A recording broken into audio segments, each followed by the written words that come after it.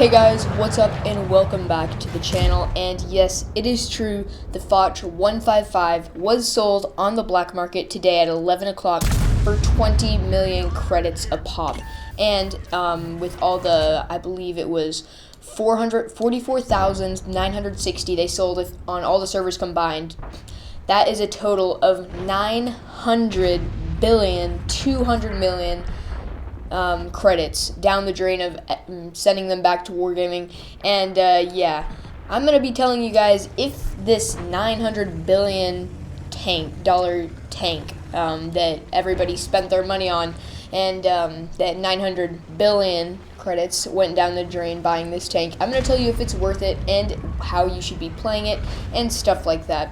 So let's go ahead and jump right in. I hope you enjoyed the replay, and yeah, I'll be doing my best to let you know everything you need to know about the FOCH 155.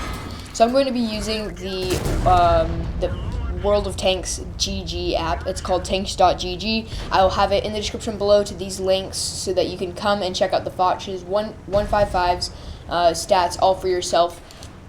So first, let's just look at the stats of the FOCH 155 by itself.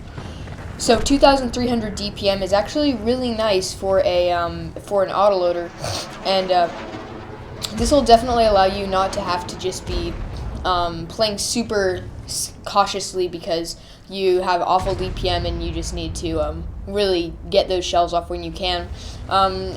I know the DPM is high, but you don't actually have that high rate of a fire, only 3.1 shells a minute, and that is because this tank has 750 alpha damage, and that allows it to basically get above 2,000 DPM with 3 shells, which is one clip of its round, from its gun, and it has 293 standard pen. That is enough to go through basically everything's upper hull. So yeah, you're not gonna need to be worrying about pen too much. And even if you do need to go through like a Krangvong's turret or something like that, you do have 395 pen with your heat. And yeah, you don't even lose any shell velocity. So don't be surprised if when you're playing around in your FOCH 155 or just even in your regular tier 10s and there's a storm of FOCH 155s spamming heat, don't trust your armor at all because it's not going to hold up against 395 millimeters of pen. And your HE, 1,100 damage a shot, very, very solid, but only 90 millimeters of pen. Very good explosion radius, but yeah, if you just need to take care of some arty or some lowly armored tanks, this will definitely get the job done. Okay, so next onto the gun handling of this tank. This is where it's a little bit worse, but that's obvious because it has a huge autoloader gun. 2.88 aim time is, it's okay for that big of an autoloading gun, but it's definitely going to need some help to get that circle down, and 0.35 dispersion, not good for a tier 10 tank destroyer, but remember this is a huge autoloader gun. Put some vertical stabilizers on there if you can, or an enhanced gunling drive, or even a rotation device, and that'll definitely get this this gun handling under a manageable spot where you can actually use this tank without having to aim forever in a day. So the mobility on this tank is actually really nice, 50 top speed, but 13 reverse speed is definitely not good enough. So if you want to put a turbo on this, that'll pump up that reverse speed and that top speed, so the reverse speed won't be as miserable as it is right now. 17 specific power, that allows you to accelerate decently fast without being outrageously overpowered, so that's definitely good as well. This tank actually has good gun traverse, and I'll show you that in just a second once I get into the tank diagram. And then 1,850 hit points, pretty decent for a tier 10 tank destroyer. 380 view range is kind of bad, but also remember, this thing is basically good in all aspects of the tank. So let's go and look at the 3D model of this tank. Okay, so you can see this is a 395 pen gun. And you can see it's still only a 50% chance to penetrate the hull when just looking at it normally. So let's put this up against a tank that has about standard pen. Let's say the 121. So now you can see the hull is almost all like 30 to 40%.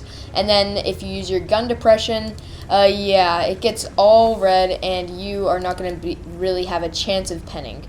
But there's one bad part about this tank, and that is that it has these humongous cupolas for the commander, and they only have 150 and 220 effective armor. But also the one that has 150 is actually the bigger cupola, and it's this huge T-looking thing on the top of your tank.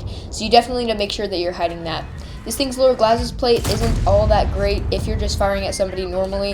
It has 200 millimeters of armor, so against tier 8s and stuff like that, yeah, it'll hold up, and if it's angled just a little bit, tier 8s can struggle to pen that, but you definitely need to hide it against tier 9s and tier 10s because it's not going to hold up very well. Very good ricochet angles on the side. It stays ricochet for quite a long time. So just make sure that you're trying to keep your front to the enemy, and you can expose a little bit of your side, but try to use your gun depression and really destroy those lower tier tanks with your incredible armor. Okay, so I also have a comparison, and I'm going to be comparing it to the FOCH B because they actually look exactly the same, and the only difference is a couple of things that I'm going to be showing you. So first you can see that the FOCH B actually has much better DPM, 800 better, but that's also because it has 6 rounds to its clip and 400 damage and less reload time. So it's harder to get that DPM because you have more shells and you also have shorter reload, but than it is with the FOCH 155. It's going to be quite easy to get 2,100 in the FOCH 155, but also the better DPM will allow you to outmaneuver your enemies and do better in those close quarters combat scenarios. The FOCH 155 does have 40 more pen though, so you're not going to be needing to be shooting gold if you're free to play like you need to in the FOCH B, because the FOCH B actually doesn't have that great of pen, and its gold actually only has 325 pen, which isn't that far off from the FOCH 155's standard pen. So that's definitely one of the downsides of the regular FOCH B, and the FOCH 155 really excels in the penetration. Okay, so the module damage, the FOCH 155 has huge module damage, 210. That'll allow you to get a ton of critical hits and stuff like that. But just remember that this rate of fire can really come back to bite you in the FOCH 155. Only 3, and the FOCH has 7 3/4 of a shell. That's why its DPM gets pumped up so high. The clip size is definitely better on the FOCH B, 6 to 3, and the clip damage is actually better on the FOCH B, and they have the exact same. It would take the exact same time to fire off all your shells in the FOCH B as it would in the FOCH 155, because the FOCH B has 2-second interclip reload and your FOCH 155 has 5-second interclip reload. So you're going to need to make sure that you are, if you're trying to burst out your opponent in the FOCH 155, make sure that you have some cover so that you can roll back and then roll back forward once you're ready for that next shell. Because it's more like reloading an auto-loading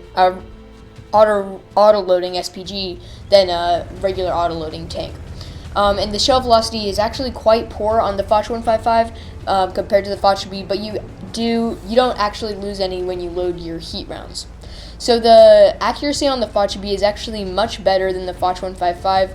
It's basically like you added everything that could buff the accuracy on the FOCH 155, and then you have the accuracy of the FOCH B. So that's definitely, if you want accuracy, the FOCH B is definitely going to excel better in that. It's definitely going to excel better in bursting.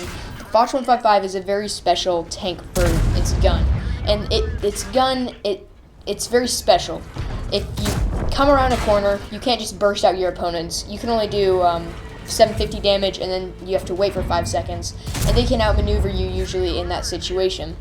So what this thing is really good for is getting into a good position and then just sitting there and then just destroying your opponents one by one, and then you have that 47-second reload time that you just need to fall back, or you can play more aggressively and then just fall back for a whole minute once you need to reload.